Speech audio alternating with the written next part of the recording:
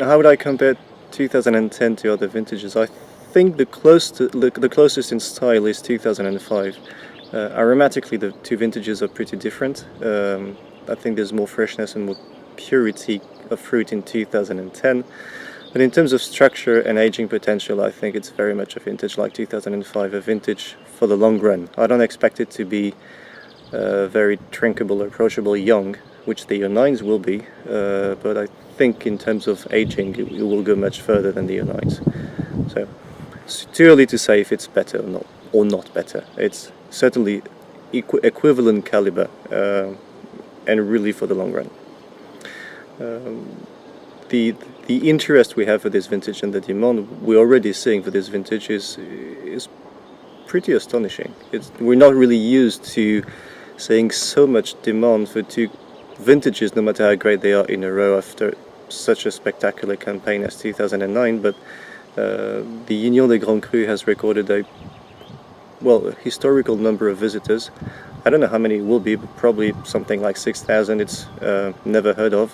So the interest in the vintage is is even greater than last year, which means that those who expect prices to be down will be disappointed. But that's the reality of the market, and that's also the reality of the wines. So if the 2009s found the market at the prices they were released at, I'm pretty certain that the 2010 will also find a market. Are these wines priced out of the market? I mean, especially the top wines? I don't think so. As long as there are people to buy these wines, I think they're not out of the market. What we're seeing, though, is some people who used to buy them cannot afford them any longer.